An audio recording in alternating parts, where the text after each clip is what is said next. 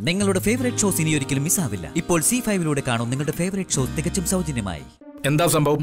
അച്ഛാ, ഈ മുറിയിൽ നന്ദിനി അല്ലാതെ വേറെ ആരോ കേറി പോകുന്നത് കണ്ടു. ആരാ കണ്ടത്? നീ കണ്ടോ? കണ്ടത് ഞാനല്ല, കണ്ടത് മാലതിയാ. പക്ഷെ ഇവിടെ ഒരു തട്ടുമുട്ടും കേട്ടാ ഞാൻ ഉണർന്നത്. ഞാൻ കണ്ടത് തന്നെയാ. ഈ നന്ദിനെ വിളിച്ചിട്ട് വാതിൽ തുറക്കാത്തത് എന്താ? നന്ദിനി, നന്ദിനി, നന്ദിനി, വാതിൽ തുറക്ക്. എന്താ എന്താ എല്ലാവരും കൂടെ ഇവിടെ?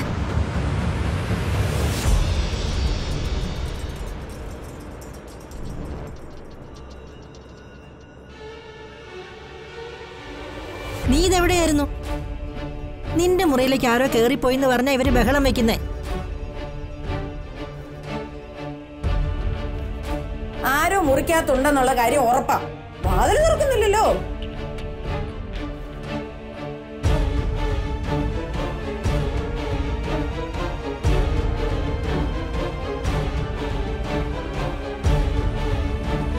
മീനാക്ഷി, വാതില് തുറന്നേ. മീനാക്ഷി,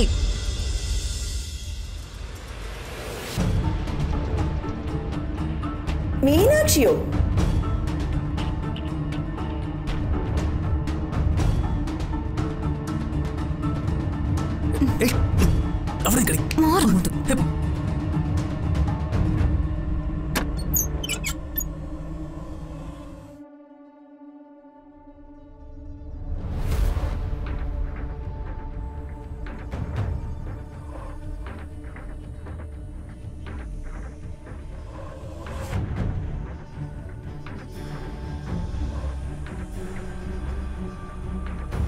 നീ എങ്ങനെ ഇതിനകത്ത് വന്ന് കയറി?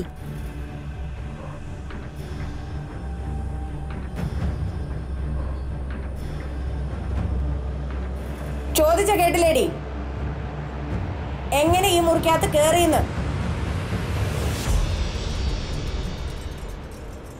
നിനക്ക് നാവില്ലേടി? എന്തിനാ നീ ഇതിനകത്ത് കേറിയെന്ന്? അതെ, ഞാൻ പറയാം. ഇവളവിടെ ഒറ്റയ്ക്കിരുന്ന് സാരികൾ പെയിന്റ് ചെയ്യായിരുന്നു. സാരികൾ പെയിന്റ് ചെയ്യേ? ഇവളോ? അതെ, അവൾക്ക് ടോയ്ലറ്റിൽ പോണെന്ന് പറഞ്ഞപ്പോ ഞാനാ എന്റെ മുറിയിലേക്ക് ഇവളെ പറഞ്ഞു വിട്ടത്. നീ എന്തിനാ ഇവളെ നമ്മുടെ വീട്ടിലേക്ക് കയറ്റിയത്?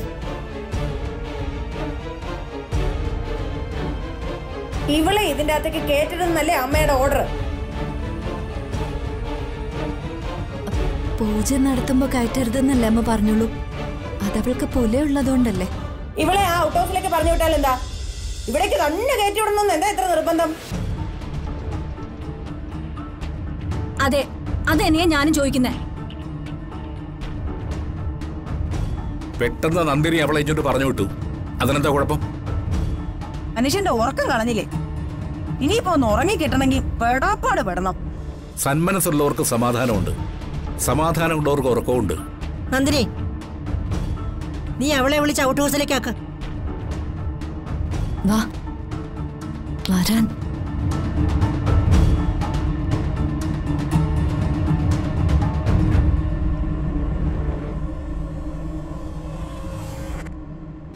ഡൗൺലോഡ് ചെയ്യൂ C5 ആപ്പ്. കാണൂ എല്ലാ എപ്പിസോഡുകളും സൗജന്യമായി.